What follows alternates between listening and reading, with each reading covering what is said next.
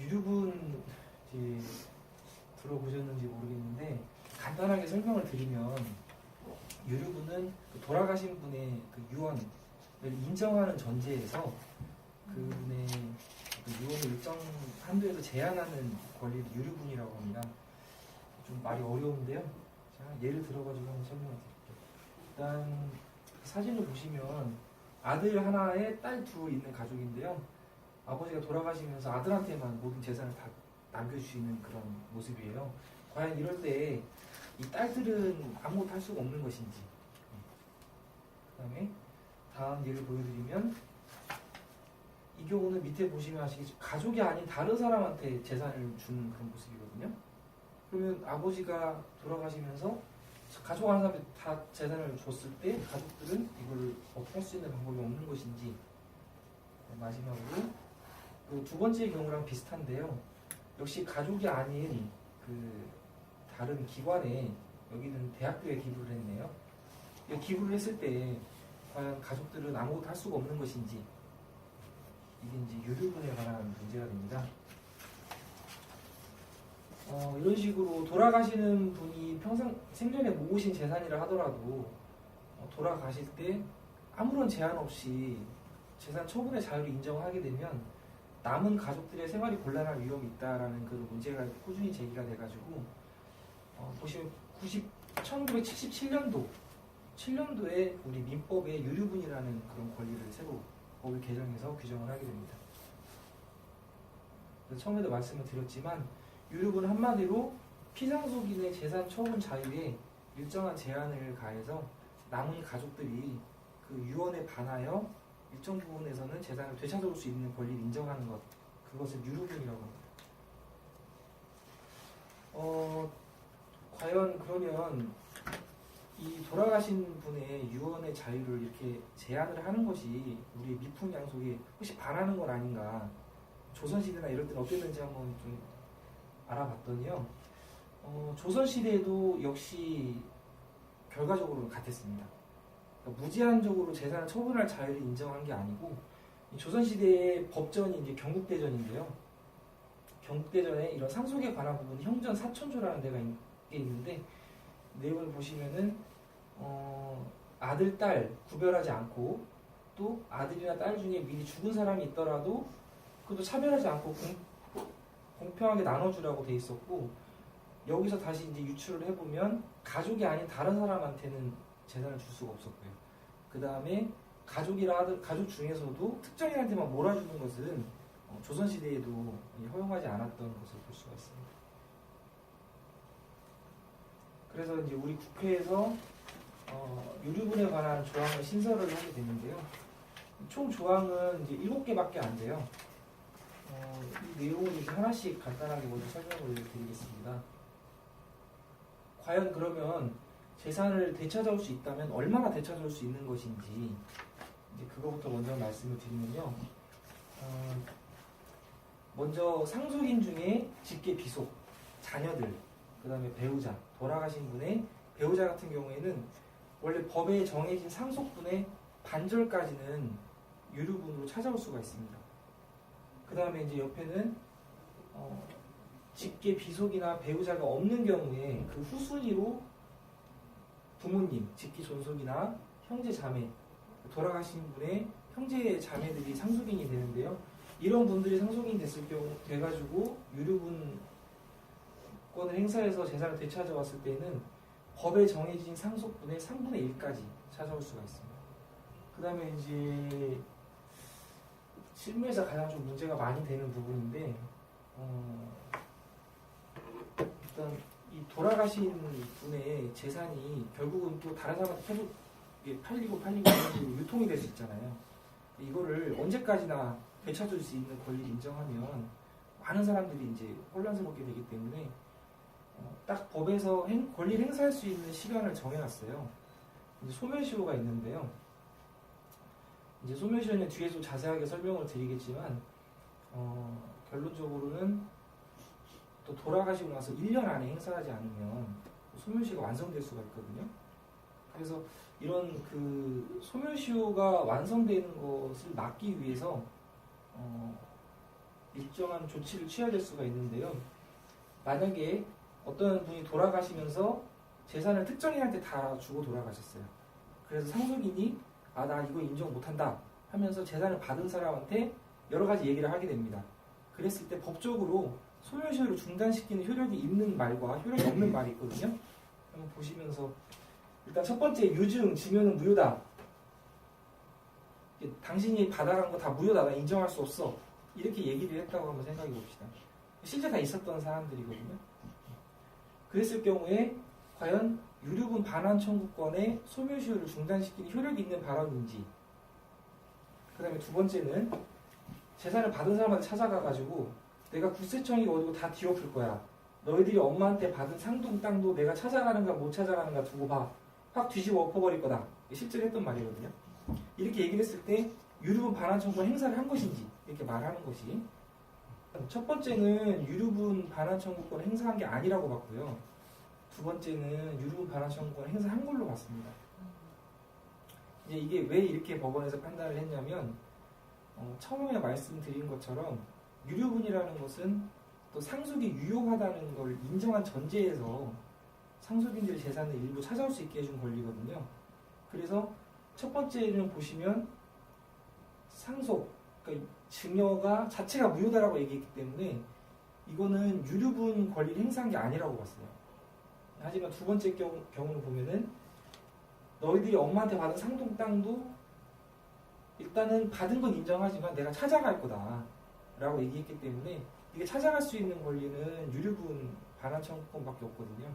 그래서 대법원에서도 이렇게까지 말을 했으면 이건 유류분 반환 청구권을 행사한 거고, 그래서 소멸시효가 완성되지 않았다, 이렇게 이제 판시를 한 사안입니다. 방금 말씀드린 걸 좀 이론적으로 정리를 해가지고 보여드리면요. 먼저 이 처음에 보시면 1년하고 10년이라는 두 가지 기간이 있는데, 두 기간 중에 하나라도 만료가 되게 되면 유류분 반환 청구권을 더 이상 행사할 수가 없는데요. 첫 번째로 10년이라는 기간은 그 상속인, 그 피상속인 재산을 이제 남기고 돌아가신 분이 돌아가시고 나서 10년이 지나면 이 기간 안에 유류분 반환 청구권을 행사하지 않으면 소멸시효가 완성이 됩니다. 그럼 10년 안에는 무제한적으로 행사할 수 있느냐? 그렇지 않고요. 또 1년이라는 두 번째 기간 제한이 있는데, 그 1년은 언제부터 1년이냐면 상속 개시 사실, 그러니까 피상속인이 사망한 사실을 알고 그 다음에 어떤 재산을 처분한 것을 알고 그 재산을 처분한 것이 내 유류분까지도 해치는 그런 결과를 가져왔다라는 그 세 가지 사실을 모두 알았을 때부터 1년이라는 시간이 지나가게 됩니다. 그러니까 결국 쉽게 말하면 돌아가신 것만 알아가지고는 안 되고요. 또 그렇다고 해서 어떤 재산을, 건물이나 땅을 큰아들이나 막내아들한테 줬다라는 사실 자체를 아는 것만으로도 부족하고, 과연 이게 이런 재산 처분으로서 내가 받을 게 하나도 없어졌구나, 이런 사실까지 모두 알았을 때부터 1년이 시작이 됩니다. 그래서 1년이 이렇게 이 10년 안에서 왔다 갔다 상황에 따라 달라질 수가 있는 거죠. 그래서 이렇게 소멸시효가 상당히 짧기 때문에 유류분 반환 청구권이 소멸시효 완성으로 소멸되는 걸 막기 위해서는 좀 주의할 필요가 있습니다. 일단 그 피상속인이 돌아가시게 되면은 1년 안에 또 내가 재산 반환을 구하겠다, 재산 받아간 사람한테 어떤 통지를 할 필요가 있습니다. 날짜가 적혀져 있는 문자를 보내셔도 상관이 없고요. 전화 통화를 하신다면은 요금을 내놓을 필요가 있겠죠. 그 다음에 내용증명 우편, 우체국에 가면은 이제 보낸 날짜를 딱 찍어서 보내주기 때문에 그렇게 통지를 해놓게 되면은 나중에 소송까지 가게 되더라도 소멸시효가 완성되는 것을 막을 수가 있습니다. 지금 간단하게 유류분에 대해서 법 조항 중에 중요한 부분 설명을 드렸는데요. 좀 더 현실적으로 한번 설명을 드리기 위해서 전원일기의 김 회장 댁에서 이런 가상의 사건이 발생했다고 한번 가정을 해봤어요. 나중에 누구와 분쟁이 생기냐면 김 회장님이 돌아가시게 되면서 이 둘째 아들인 용식이한테 남은 재산을 다 주고 돌아가십니다. 그런데 용식이는 그 김 회장님 살아생전에도 여러 가지 사업을 한다고 재산을 많이 가져다가 썼거든요. 이제 그렇게 재산을 다 탕진하고도 김 회장님이 아팠을 때는 돌보지도 않고 뭐 이런 식으로 형제간의 우애도 좋지 않았고 그랬는데 김 회장님이 마지막까지 둘째 아들한테 재산을 다 주니까 큰딸 여기 영욱 씨가 난 인정 못한다 이렇게 하면서 이제 유류분 반환 청구 소송이 나는 것을 가정해서 한번 설명을 드리겠습니다. 방금 말씀드린 것처럼 용식이가 김 회장님으로부터 재산을 이제 살아생전 여러 가지 받게 되는데요. 그 사실관계부터 간단하게 설명을 드리겠습니다. 먼저 용식이가 결혼하면서 이제 집이 필요했어요. 그래서 아버지 저 아파트 한 채만 해주세요. 그래가지고 김 회장님 가지고 있는 현금으로 둘째 아들한테 아파트를 사주시게 됩니다. 현금을 주신 거죠. 그 다음에 또 살다 보니까 둘째 아들이 사업을 해보고 싶대요. 아버지 저 사업하려고 하는데 사업 자금 좀 도와주세요 라고 하니까 이제 현금은 더 이상 없었던 김 회장님이 이제 땅을 아들한테 그래 네가 이 땅 가져다가 한번 사업해봐라 땅을 주시게 됩니다. 용식이는 둘째 아들은 이제 땅을 팔아가지고 사업을 하고 사업 자금을 썼죠.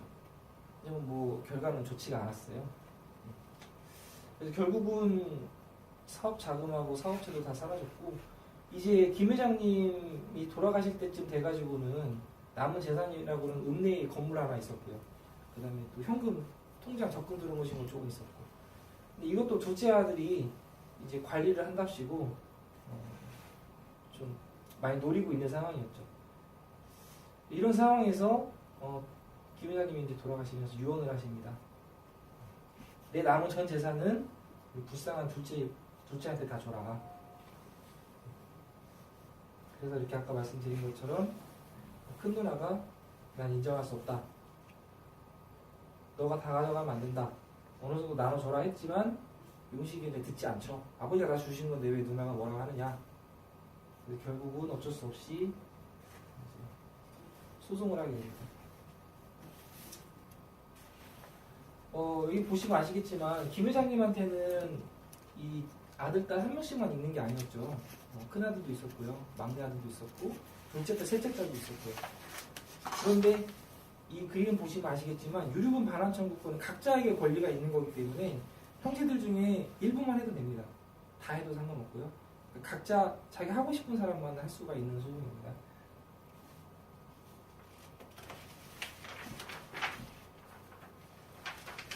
이렇게 소송이 시작이 되니까 각자 주장을 하게 되죠.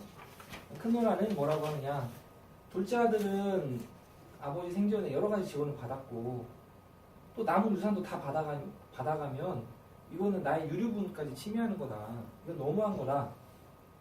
그러니까 아버지가 둘째 아들한테 생전에 주신 토지가 마침 개발이 돼가지고 30배나 가치가 폭등을 했대요.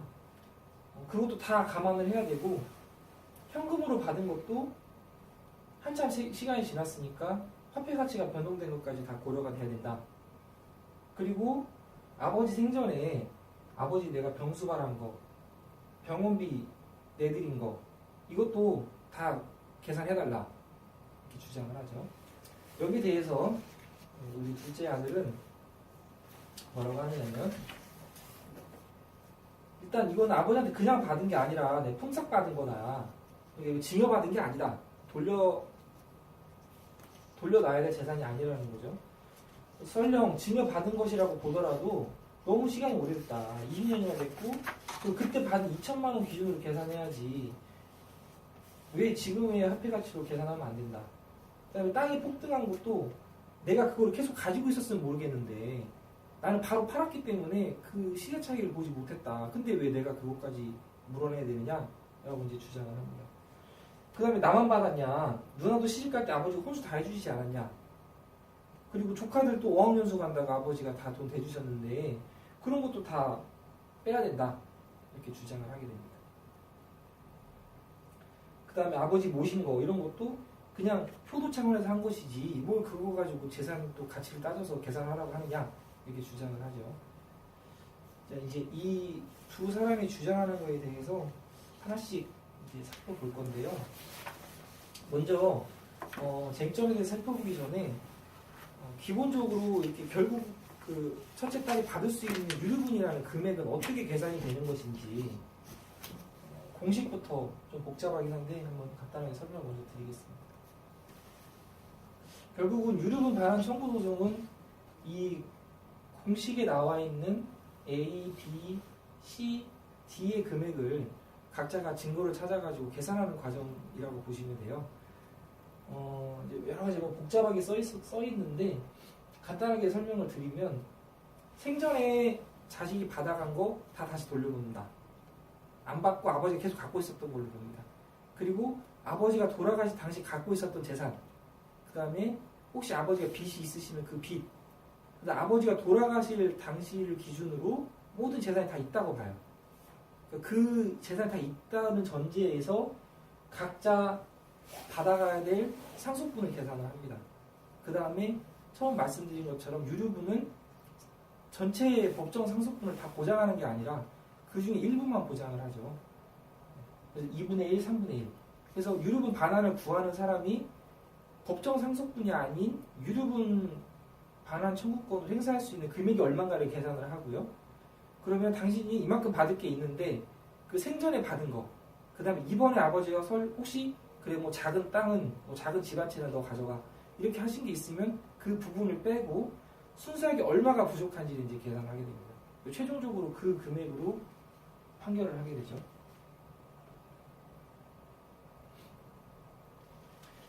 이제 아까 양 당사자들 원고 피고가 주장한 거에 대해서 하나씩 한번 따져볼 텐데요.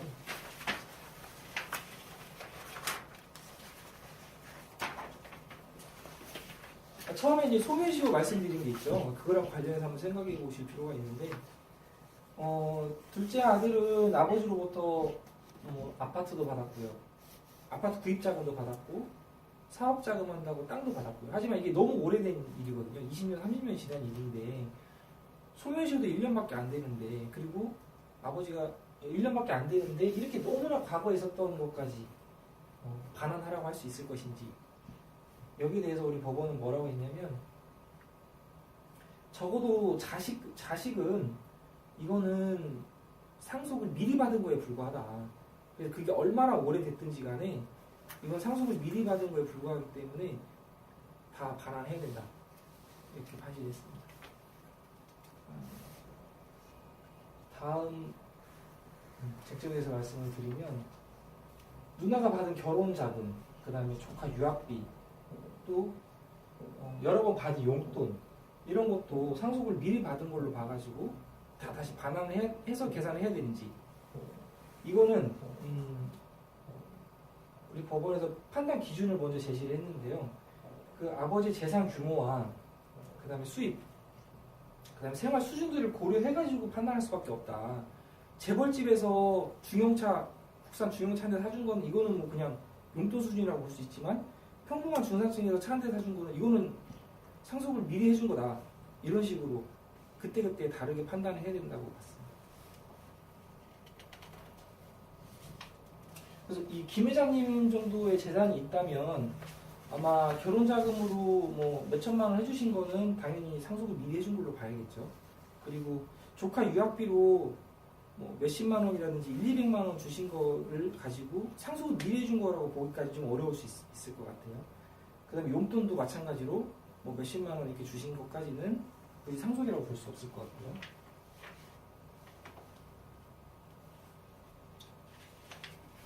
그 다음에 그러면 재산을 미리 상속받은 걸로 봐서 다 다시 반환해서 계산을 해야 된다라고 한다면 과연 그 받은 재산의 가치를 어떻게 평가할 것인가?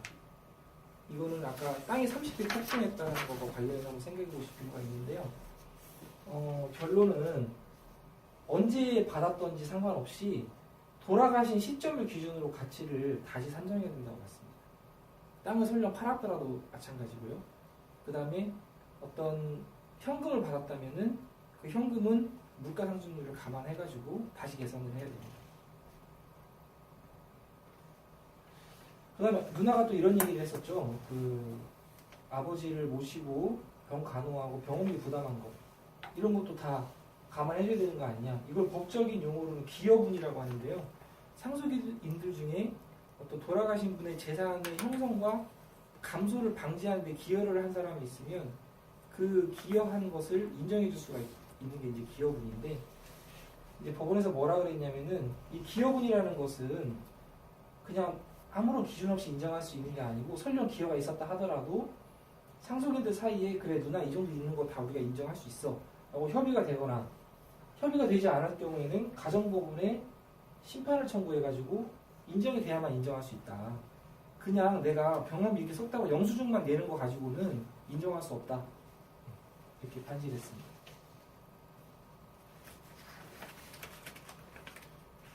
이렇게 이제 어떤 재산을 반환해야 되고 어떤 재산을 반환하지 않는지, 그 다음에 그 가치 평가는 어떻게 하는지, 이런 여러 가지 이제 소송 중에 과정을 거치고요. 그래서 처음에 보여드렸던 그 계산 공식에 따라서 결국은 유류분 얼마 받을 게 있는지를 이제 계산을 하게 됩니다. 계산을 하고 나면은 돌려줘라라고 판결을 해야 될 텐데요. 돌려주라고 할 때 과연 그럼 땅을 받았으면 땅의 지분을 일정 부분 돌려주라고 해야 될 것인지, 아니면 그걸 다 돈으로 환산해가지고 돈으로 얼마를 주라고 해야 될 것인지, 이제 또 이런 문제가 있죠. 보통 이 재산을 돌려받으려고 하시는 분은 대부분의 경우는 이제 돈으로 받기를 원하시고요. 지분 받아가지고 뭐하냐, 돈으로 받기를 원하시는데, 여기에 대해서는 이제 법원에서 뭐라고 하냐면, 받은 물건 그대로 반환하는 게 원칙이다. 하지만 당사자들 사이에 뭐 굳이 서로 돈으로 달라고 하고 돈을 주겠다라고 하면 법원에서 뭐 그것까지 막을 필요는 없다. 하지만 한 사람이 돈으로 달라고 하는데 한 사람은 돈으로는 못 준다. 그냥 땅으로 가져가라 라고 했을 때는 어쩔 수 없다. 그냥 땅으로 가져가라고 법원에서는 판결할 수밖에 없다. 이렇게 이제 하시겠습니다. 그러면 지금 말로 설명을 드렸던 거를 조금 이해를 돕기 위해서 그림으로 한번 표현을 해봤는데요. 자, 일단 현금으로 받은 것도 가치를 재산정해야 된다고 말씀을 드렸죠. 그래서 이렇게 받은 시기에서부터 돌아가신 시기까지 그 재산 화폐 가치 변동을 계산을 다시 하는데요. 계산하는 방법은 한국은행에서 물가상승률을 감안해가지고 매년 그 GDP 디플레이터라는 수치를 발표를 합니다. 그래서 예를 들어서 70년대 100만 원은 뭐 2000년대에 얼마로 계산하는지 그 각각의 그 수치들을 한국은행에서 발표하는 게 있는데요. 소송 중에는 그 수치를 이용하게 됩니다. 땅 같은 경우도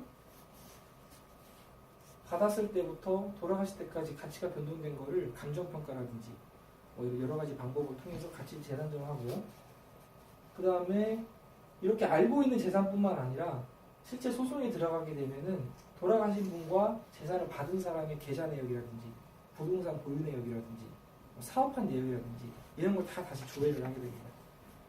다 조회를 해가지고 새로 이제 재산이 발견이 되게 되죠. 그 새로 발견된 재산까지도 다 실제 이거는 아버지부터 증여받은 것이다 아니다를 다 가린 다음에 증여받은 걸로 나타나게 되면 다 기초재산에 포함이 되죠. 그 다음에 이 상가하고 통장은 당연히 돌아가신 당시 가지고 있었던 재산이기 때문에 같이 평가를 하게 됩니다. 그래서 이런 식으로 여러 가지 쟁점에 대해서 법원이 누구 말이 맞는지 결론을 내리고요. 처음에 보여드린 계산 공식에 따라서 계산을 하게 되면은 결국 누가 이길지 나타나게 되죠. 누가 이길 것 같으세요? 설명 한번 쭉 드렸는데, 실제 이제 가상의 사건을 말씀드렸잖아요. 김 회장님, 김 회장님의 큰 딸과 둘째 아들의 이런 유류분 반환 청구 소송을 예를 들어 설명을 드렸는데, 이런 사실관계였다. 그러면 누가 이길까요? 큰 딸이 이길 것 같은데. 네, 큰 딸이. 대부분 이렇게 재산 하나도 못 받았기 때문에 큰 딸이 이기게 됩니다.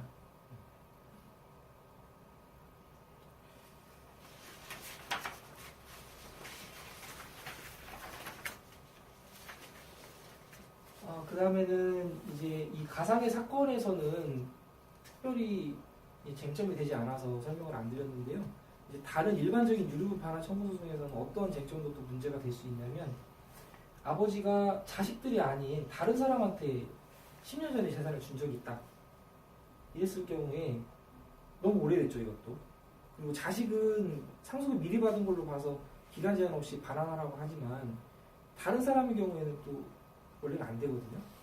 하지만 예외적으로 다른 사람이 재산을 받아갔더라도 다시 돌려놔라고 할 수 있는 경우가 있어요. 그 경우는 어떤 경우냐면, 아버지가 재산을 그 다른 사람에게 줄 당시에 가지고 있는 재산의 반절 이상을 주고, 그 다음에 그 재산을 준 이후에 특별히 재산이 늘어날 가능성이 없었던 상황. 이런 상황에서는 이거는 자식들의 유류분 반환 채권을 그 당시에 이미 해치는 걸로 봐가지고 이 제3자에게 준 증여도 다시 돌려놓고 계산할 수 있다고 봤습니다. 실제 사건 하나 좀 말씀을 드리면, 이 제3자라고 가족이 아니라고 생각하실 수도 있는데요. 제3자라고 하니까 사실 가족인 경우가 많아요. 무슨 말이냐면, 이거는 제3자다 아니다라고 하는 거 상속인을 기준으로 얘기를 하거든요. 그러니까 자식이 있고 손자들이 있으면 손자, 손녀는 상속인이 아니에요. 우선순위에서 가족 자식한테 밀리기 때문에. 그래서 이렇게 만약에 아버지가 생전에 자식한테 주지 않고 손자, 손녀한테 재산을 줬을 경우에는 이건 제3자한테 준 걸로 봅니다. 그래서 원칙적으로는 시간이 오래 흐르게 되면 손자, 손녀가 가져간 건 다시 돌려놓으라고 할 수가 없어요. 하지만 말씀드린 것처럼 반절 이상을 주게 되고, 이것도 한꺼번에 줄 필요도 없어요. 실제 어떤 사건이 있었냐면, 이제 아까 김 회장님 댁 사건으로 좀 비교해서 말씀드리면, 그 둘째 용식이가 아버지 재산을 관리를 한답시고 자기 자식들한테 다 재산을 바로 넘겨준 거예요. 자기가 가져간 게 아니라. 그것도 한꺼번에 한 게 아니라 조금씩 조금씩 해가지고 총 7년에 거쳐가지고 자기 자식과 자기 부인한테 아버지 재산의 70%를 넘겨주게 됩니다. 그러니까 이게 이제 이 쟁점의 문제가 됐던 거예요. 돌려주기 싫은 입장에서는 이거는 상속인도 아니고 제3자니까 돌려줄 수 없다라고 했지만, 결국은 결론이 어떻게 났냐면, 이거 7년에 거쳐가지고 재산이 조금씩 이동했지만 결국은 아버지의 재산을 빼돌리기 위한 하나의 의사를 가지고 연속적으로 행해진 하나의 행위에 불과하다. 그렇기 때문에 이거는 재산을 돌려놔야 된다라고 판단을 했습니다. 그 아버지 재산이 더 이상 늘어날 수 없는 경우는 보통 이제 연세가 많이 드셔가지고 치매라든지 어떤 거동이 불편하시다든지 또 사업체가 더 이상 유지될 수 없는 상황이라든지 이런 경우에는 재산이 더 이상 늘어날 가능성이 없다라고 법원에서 보고 있습니다.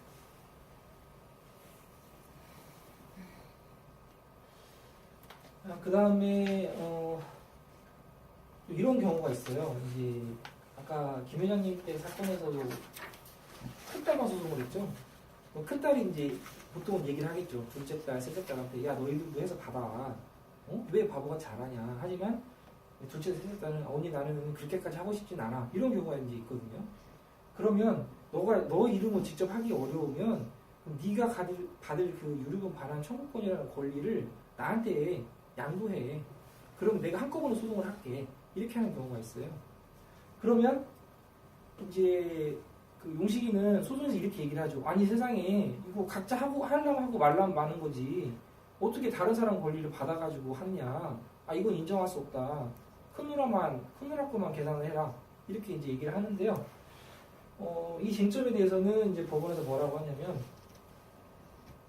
유류분 반환 청구권은 이렇게 상속인들이 가지고 있는 권리로 개개인에게 좀 종속되는 특성이 있다 하지만, 이거를 다른 사람한테 양도하거나 또는 그 자식이 죽어서 손자, 손녀가 그거를 상속받아서 행사하는 것까지 막을 이유는 전혀 없다.